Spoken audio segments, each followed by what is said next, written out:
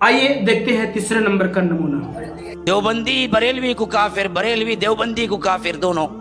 لیکن عجیب اتفاق ہے، میں جب پڑھتا ہوں دونوں ہی کتابیں عقائد میں دونوں سیم ہیں. اب پتہ نہیں کہیں کا جھگڑا، دکھنے میں معمولات میں کچھ الگ الگ تفریقیں ہیں. یہ برملا شرک بولتا ہے، یہ برملا نہیں بولتے، فرق اتنا ہے. لیکن اندر وہی صوفیت وحدت الوجود کا عقیدہ دونوں کا ہے. اب اس کی ہسٹری بھی سن لو. دیوبند اصل میں ایک مقام کا نام ہے، وہاں پر ایک مدرسہ تعمیر ہوا، دارالعلوم، لیکن مشہور ہوا دیوبند سے. حالانکہ وہ مدرسے کا نام نہیں ہے، وہ جگہ کا نام ہے، جگہ کا جہاں وہ قائم ہوا. جیسا ٹرپلیکین ایک جگہ ہے، یہ ٹرپلیکین میں ایک ادارہ ہے مرکز السلام. تو مرکز السلام جرزن مشہور ہونا چاہیے تھا. یہ ہے تیسرے نمبر کا نمونہ. یار مجھے ایک چیز سمجھ میں نہیں آتا ہے، ہر وقت فتنہ، ہر وقت فتنہ، اختلاف کی بات کر کے یہ اور اختلاف کو بڑھاوا دیتے. اتنوں کو پتہ نہیں یہ بیماری ہو گئی ہے کہ بات اتحاد ہی کرتے ہیں لیکن مسئلہ اختلاف کا ہی پیش کرتے ہیں. یار کوئی پوزیٹیو کام کرو، کوئی اچھے وے میں کام کرو، کسی ایک فیلڈ میں کام کرو. نہ کچھ نہ بن پائے تو دیوبندی یہ ہے، تو بریلوی یہ ہے، تو یہ ہے، وہ ہے. یہ ہوتا ہے اختلاف کو بڑھانا.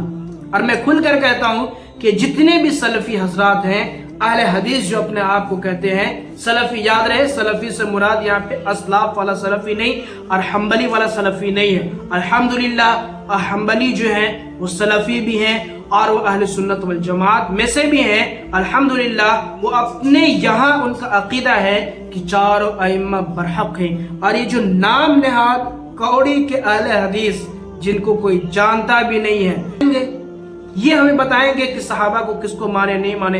یہ صحابہ پر جرح کرتے ہیں، حضرت عمر پر جرح کرتے ہیں اور صحابہ کی توہین کرتے ہیں. یہ ہمیں بتائیں گے کہ کیا اختلاف ہے. اور اگر تمہارے پاس جواب ہے تو تم پیش کر دو کہ تم اہل سنت والجماعت میں ہو، تم صحابہ کی جماعت کو مانتے ہو، تم صحابہ کو معیار حق سمجھتے ہو.